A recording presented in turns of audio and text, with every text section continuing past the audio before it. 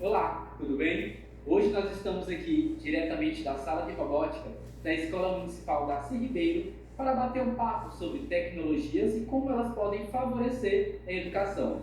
Nessa conversa estou recebendo aqui o professor Giordani, professor Emanuel, muito obrigado professores pela presença de vocês nesse momento tão importante da nossa educação de Imperatriz. E eu gostaria de começar perguntando como as tecnologias têm favorecido a educação durante esse período de pandemia. Durante a pandemia, nós todos fomos pegos de surpresa, né? A gente estava comentando que ela acelerou um processo de, até acho que pode falar assim, digitalização da educação, mas eu diria que ela não acelerou, ela empurrou a gente para isso. Foi muito difícil no começo, muito difícil mesmo. Nós não estávamos habituados, ninguém esperava que fosse tão necessário esse apoio tecnológico como se tornou, mas as tecnologias elas permitiram que a gente continuasse dando aula, que as escolas continuassem funcionando, que os alunos continuassem tendo contato com o professor, ainda que remotamente. Então, foi muito difícil, como eu disse, mas a gente aprendeu, né? E ainda temos muito a aprender. E agora a gente vai passar por um novo momento. A gente vai passar por um momento de aperfeiçoar os usos dessa tecnologia e extrair o melhor delas. Agora a gente voltou para o presencial, está voltando devagar ainda, mas como eu posso usar ainda, por exemplo, as reuniões remotas? Como é que eu posso aproveitar isso? Os recursos que ferramentas como o Classroom, como o Google Meet, o que eu ainda posso extrair dessas ferramentas para manter o uso regular delas? Elas podem ajudar no quê? Por exemplo, em uma das instituições que eu trabalho, a parte de orientação de feira de ciências foi feita remota. Nós já tínhamos retornado para o presencial, mas aí eu tenho que orientar os alunos, o tempo dentro da escola às vezes é pequeno, e a gente ainda está com essa dificuldade de manter um pouco o distanciamento, então não era bom ficar reunindo num contraturno, então nós reuníamos usando as plataformas, né? Reuníamos de maneira remota. E foi muito bom e o trabalho fluía com bastante desenvoltura. Professor Manuel, essas plataformas, acesso remoto, vai virar uma realidade agora, vai fazer parte da nossa rotina também dentro da educação, não é? Verdade. Superados esses desafios de infraestrutura, né, de comunicação, de tecnologia, que a gente foi bem de surpresa, eu acredito que hoje esse conjunto de tecnologias, de artefatos educacionais, eles vão estar disponíveis aí para a gente utilizar mesmo nesse formato que a gente volta ali para o presencial. Eu acho que o grande benefício, talvez, desse momento que a gente enfrentou, é desse legado, de ter acesso a tecnologias que antes a sala de aula não tinha, e que se tornou algo comum agora, e que agora os nossos alunos podem se beneficiar disso, tendo acesso a visitas virtuais, a conhecer, por exemplo, lugares históricos que eles não teriam ir fisicamente, até por questões de custo, de locomoção, mas agora eles têm acesso.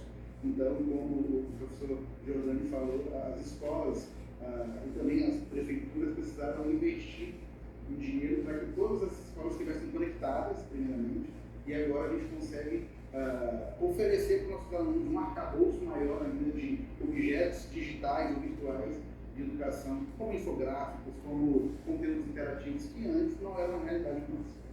E essa adaptação não passa só pelo aluno e o professor. A família, que faz parte do processo educacional, também tem que se adaptar a essa nova realidade. Saber acompanhar também o seu filho, a sua filha, através dessas plataformas. Exato. Você entender que muitas vezes o aluno vai estar na frente do computador estudando e não brincando. Né? Então, esse acordo familiar tem que existir, essa compreensão mútua ali, para que o acadêmico, mas também os pais, os responsáveis entendam que existe um momento que ele pode estar realmente estudando e pode existir um outro momento que ele pode estar precisando, brincando. Hoje em dia, muito se fala do metaverso, né? De unir a realidade digital com a nossa realidade. Como isso pode impactar na educação, no futuro da educação? É uma pergunta interessante, né? Primeiro, esclarecendo um pouco, né? Metaverso é um conceito que não é tão recente, ele surgiu em livro Snow Rider, se não me engano, e surge nesse livro, a gente tem dois conceitos interessantes, que é o metaverso, esse termo é utilizado pela primeira vez, e a ideia de avatar. aparece a primeira vez também nesse livro. Avatar, que a gente tem como uma representação virtual de um ser vivo. Então, isso já é muito comum nos jogos, muito né? comum nos jogos. Que jogam Free Fire, Counter-Strike, outros jogos, eles acabam utilizando os avatares. Para quem é mais velho, talvez tenha jogado Second Life ou The Sims, que já é um metaverso rudimentar, né? Então, o que a gente vai fazer no metaverso? A gente vai fazer exatamente o que a gente faz hoje na internet. O metaverso, ele é uma mudança de paradigma no uso da internet. Nós vamos fazer a mesma coisa, só que num ambiente imersivo e tridimensional. Então, para fazer o uso do metaverso, para entrar no metaverso, né, a gente precisa de tecnologias como a realidade virtual, a realidade aumentada, a realidade híbrida, que acho que a realidade aumentada também se enquadra nisso, mas ele vai permitir, o professor aqui falou de visitas virtuais. Imagina você fazer uma visita virtual a um museu como o Louvre, só que em 3D, você ter a sensação que está caminhando lá dentro, que você toca os objetos. Recentemente o Facebook divulgou uma luva que eles desenvolveram que vai permitir você sentir o metaverso. Você vai estar dentro do ambiente virtual e você vai poder tocar e sentir aqueles objetos. Imagina uma aula de geografia, de biologia, um órgão interno, um coração flutuando na sua frente e você girando aquela figura tridimensional, você podendo ampliar ela, tá? Visualizando aquilo em detalhes. Então, são infinitas as possibilidades dentro da educação a partir da tecnologia do metaverso. E o mais interessante é que a gente pode trabalhar diversos conteúdos, componentes curriculares através dessas tecnologias, né, professor? Exato. O conjunto, na verdade, até citando o que a CIEB, que é o Centro de Inovação para a Educação Brasileira, define como conteúdo, né? Os conteúdos são também jogos educacionais, né? Então, além de estar estudando, o aluno pode estar jogando e aprendendo, né? Que é o uso do jogo não como fim de entretenimento, né? Mas como outro fim, um fim educacional. Então, o aluno pode estar ali dentro daquele universo, daquele ambiente específico, jogando, e ele pode estar aprendendo, por exemplo, um jogo de lógica, ele pode estar fazendo, como a gente citou, conhecendo lugares históricos, visitando museus, e o Facebook, que agora inclusive mudou o nome para Meta, relacionado a metaverso, eu vi exatamente esse artigo, professor, e o que é interessante é que nunca antes a gente conseguiu interagir de fato com o ambiente. Então imagina, não apenas sentir o toque, mas você conseguir pegar agora o objeto, sentindo o peso dele, e causar, ou seja, como se fosse uma presença virtual, não mais uma realidade virtual, uma presença. Agora você se relaciona com o ambiente, você mover, sentindo aquilo ali. E essa parte tridimensional, essa parte de toque, ela dá vazão ali a que nós possamos trabalhar com qualquer área de conhecimento, né, com qualquer vertical de conhecimento, o que nos traz infinitas possibilidades. E muitas vezes que a gente fala de tecnologia, sempre tem uma barreira, porque o novo acaba assustando, o novo não é muito atrativo, principalmente para aquelas pessoas que têm uma certa dificuldade com a tecnologia. Mas é interessante a gente comentar que a educação está evoluindo junto com a tecnologia, né? Que são os novos caminhos que a tecnologia está favorecendo a educação também, né? Então, no nosso município nós já temos a plataforma Jidu, que foi um avanço muito grande, que ajuda o professor, ajuda o pai a acompanhar seu filho por lá, e outras maneiras e outras plataformas do próprio laboratório a gente pode citar, que algumas escolas já receberam os laboratórios com equipamento completo, que ajudam aí o professor a trazer, querendo ou não, essa nova dinâmica de ensinar. E falando dessa questão de ensino, a BNCC também enfatiza um pouco sobre isso, né, de como a gente pode utilizar as tecnologias. Então eu gostaria de perguntar para vocês como essa proposta que a BNCC enfatiza pode modificar o cotidiano do aluno, trazendo esses benefícios para a aprendizagem do aluno. Então a BNCC, ela contempla o ensino e o desenvolvimento de tecnologias na educação através da competência 5, que é conhecida também como competência digital. E a gente tem várias maneiras de trabalhar essa competência.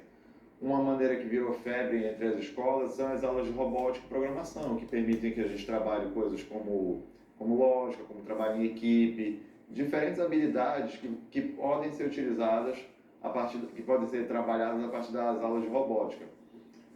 A robótica, apesar de parecer uma coisa nova, também não é. O ensino de robótica, ele surge por volta da década de 60, com os trabalhos de Seymour Papert, em que ele foi, eu acho que talvez tenha sido o primeiro autor que visualizou o uso do computador como uma ferramenta de ensino, que antes era algo focado ainda apenas na indústria e no ambiente de pesquisa acadêmica mais hardcore, vamos dizer assim. Então, parece novo, mas não é. Já, como eu havia dito, começou com o trabalho de Papert, o pai do construcionismo, né, que é uma evolução da teoria construtivista de Piaget. Inclusive, o Papert foi parceiro de pesquisa do Piaget, em que o aluno, ele aprende, na visão de Papert, o aluno aprende quando ele constrói um artefato que é algo de seu interesse. O Papert usa exatamente essas palavras. Então, quando ele constrói algo que é do seu interesse, a aprendizagem se torna significativa e ela, de fato, acontece. Excelente. Se eu puder adicionar, acredito que essa mudança ali da base nacional comum, ela vai influenciar assim, drasticamente no futuro profissionais, os futuros profissionais que são ali egressos do nosso ensino, seja fundamental, médio, enfim, acadêmico superior. Porque existem vários estudos que mostram que o pensamento computacional ele influencia drasticamente no profissional que você vai ser, né? Se você consegue realmente ter criticidade, ou seja, análise crítica, se você consegue definir uma sequência lógica de passos para fazer alguma coisa, que é basicamente o conceito de algoritmo, a gente aplica isso na computação. Então, se a gente consegue desenvolver isso nos nossos acadêmicos desde o ensino fundamental, a gente ajuda eles a trilhar caminhos onde eles conseguem desenvolver essas soft skills e também hard skills que podem influenciar no profissional que ele vai se tornar. Então, eu vejo com excelentes olhos, acho que o benefício para a nossa sociedade, a resposta que para a sociedade é muito grande, ainda mais nesse momento onde existe um déficit de profissionais da área de tecnologia gigantesco e que a gente não consegue suprir as demandas na próxima década. E os nossos alunos acabam tendo contato com esse material de robótica, muito bem citado, e acabam abrindo os olhos para outras profissões que muitas vezes não fazem parte ali da cabecinha dele. Talvez ele pensava numa profissão tida como tradicional pela sociedade, e agora ele passa a ter um contato, mesmo que ele vá para essa profissão que ele queira, sempre sonhou, digamos, uma engenharia, uma medicina da vida, mas ele vai com um olhar bem diferenciado, porque ele já teve contato com essas tecnologias, né? Então acaba desenvolvendo mais. E para finalizar, eu gostaria de perguntar se esse nosso contato atual com tecnologia é um caminho sem volta, né? Dentro da educação, né, professor? Com certeza, e a gente vê escolas fazendo investimentos bastante interessantes.